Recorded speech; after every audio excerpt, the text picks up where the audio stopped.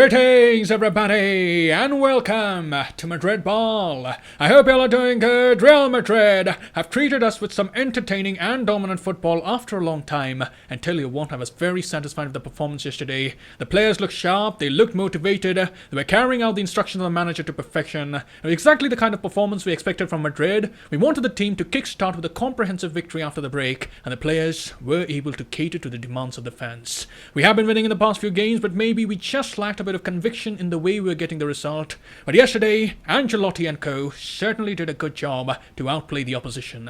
They put up a convincing and very comfortable performance. They barely gave any time to Granada on the ball, and apart from the lucky goal they got through Luis Suarez, we can conclude Granada did not trouble the Los Blancos, and we can say it was a well-deserved victory for Madrid, clinching all the 3 points away from home.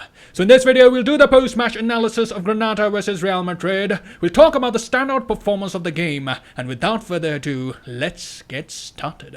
And firstly, if we have a look at the lineup, there was Courtois in goal. In the back four, we had Mendy, Nacho, Alaba and Dani Carvajal. In the midfield, we had Kroos, Casemiro and Modric. And in attack, we had Vinicius, Benzema and Asensio. And before moving forward, let's quickly do the shout out. A few of you were successful in predicting 4 goals, but our ultimate winner today is Mr. Owen Muscat, who was spot on with his 1-4 prediction, and I congratulate you for getting the scoreline correct. But anyways, if we share a few thoughts on the lineup, we had expected these players to feature in the game. Maybe some of us had expected Militao to start, but you could understand why he was given some rest. He has been travelling, playing a number of minutes with Brazil, and also with Real Madrid. He has been constant in the side under Ancelotti. So you can say Ancelotti handed Militao a much needed break by giving Nacho a chance, and Nacho, as we know, has grown to be a reliable player over the years. He was thrown into the mix of things whenever the team needs him. He is ready to give his all, and also it's very important to note that we have to make few rotations to keep up the morale of the squad. The positivity in the squad can only be maintained when all the players feel that they are involved and together they are fighting for a bigger cause. And lastly, rotations are also necessary to ensure that the players don't burn out towards the latter stages of the season. So Nacho had a positive impact, and yes, the only goal that Granada scored was deflected off him, but we can agree he couldn't have done much about it. But anyways, talking about another selection headache that Ancelotti had, he had to choose whom to start on the right. He had the option of fielding one of Vasquez, Asensio and Rodrigo, but in the game Ancelotti put his faith in Asensio, and how well did Asensio justify that selection? He had some very positive minutes yesterday. He was looking sharp, combining with Modric and Carvajal, and what was also interesting to note was that when Madrid had the ball, Asensio had some liberty to move around in the front line. You can see here he was occupying a much more central position. Another piece of play, he was there sticking on the right wing. Then you could also see him tracking back to maintain the defensive shape. So mostly he stuck to the right and was cutting inside rather than going outside. But when the moment came to hit the opponents on the counter, Asensio was absolutely ready to take the opportunity and get into the good graces of the manager. It all started when Vinicius forced the Granada man into a mistake. Toni Kroos receives the ball. He shows excellent awareness to spot Asensio making the run. He puts the ball into the path of the Spaniard, and from here it was all about the pace of Asensio. He puts the pedal on the metal. The defenders couldn't keep up with him, and he came up with a good finish. The goalkeeper did get a touch, but that wasn't enough to stop the ball from going into the back of the net. The Granada defense was disorganized, and Real Madrid, through Asensio, made them pay for the error.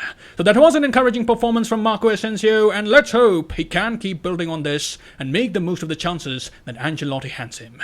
And talking about the first half in general, we can say it was a game where Real Madrid started very well. They were looking agile, the movement was good, they were moving the ball around with an attacking intent, and pretty quickly they were rewarded for their efforts. They did lose their path after scoring the second. Granada did have a good spell after Luis Suarez had scored the only goal for Granada. They had a spring in their steps after scoring. All of a sudden, the crowd was backing them and they were putting Madrid on the back foot. But unfortunately for Granada, that 10-15 minute phase was the only time in the game where they were of any match to Madrid.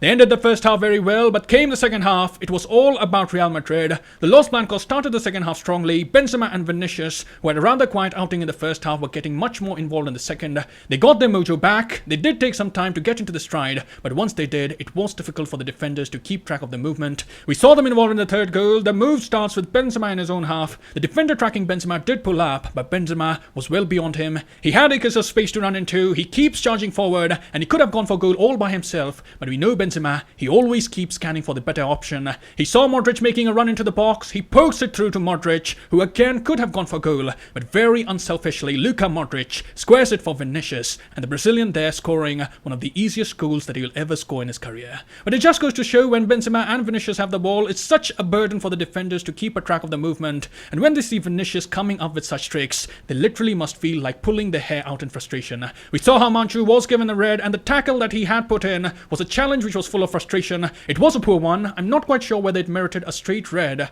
but who am I to question the decision of the referee? Anyways, from that point it was all rosy for Real Madrid. They were knocking the ball around, they were having their own sweet time. There was no need to rush anything. It was almost like Granada had lost their will to fight after the red, and they just couldn't take the ball away from Madrid. Even the Granada coach had similar views after the match. He said the team has tried to fight and maintain the identity of the last games, but Madrid have a lot of talent. It is difficult to take the ball away from them and overcome their pressure. And that was a very accurate interpretation by the coach. The midfield trio was on song yesterday. Kroos, Modric did well in the game. Casemiro as well did have moments where he could have done better, but again, he had his share of good moments when he made the assist for the final goal of the night. It was a delightful through ball from Casemiro. Mendy was high up the pitch. Casemiro spots Mendy making a run beyond the defense. The pass was perfectly weighted, ripping apart the entire Granada defense, and Mendy there slots it past the keeper with quite a bit of ease. It was interesting to note yesterday that Mendy was going forward a lot. Have a look at these pictures. Time and again, you could see him in the final third linking up with Vinicius. Sometimes he went on the solo runs, and that was something that caught the eye, because generally we don't see Ferland Mendy going forward a lot.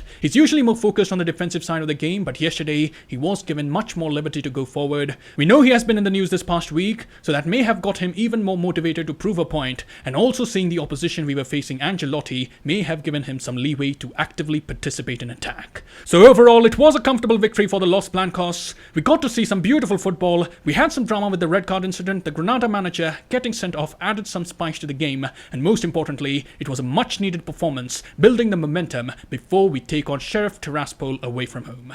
So those were my thoughts regarding the game, and let's conclude this video by hearing the thoughts of Carlo Ancelotti. He was first asked what he liked and what he didn't like about Real Madrid's performance, and the coach responded, "I like the quality of the game, the runs in behind and the movement between the lines. What I liked least was a drop in intensity after the second goal. Also sometimes we are not efficient enough." Then the coach had some words of praise for the Gala midfield. He said, "The key is that they have the experience of all these years playing together, and they have qualities which are hard to explain. The way they switch positions during the game, sometimes Modric drops deep to play through the press, and sometimes it's Kroos Casemiro who move forward. Madridistas have no need to worry, I'm not getting involved there." And lastly, Ancelotti also spoke about the performance of Asensio. He was pleased with the performance of the Spaniard, and Ancelotti said, "Asensio is doing what I ask of him. I don't know if he will start. There's a lot of competition, we know that, but the important thing is that when he plays, he delivers. He scored today, he delivered and demonstrated his qualities." So that is what the coach had to say, and all that is left to do now is to see your thoughts in the comment section.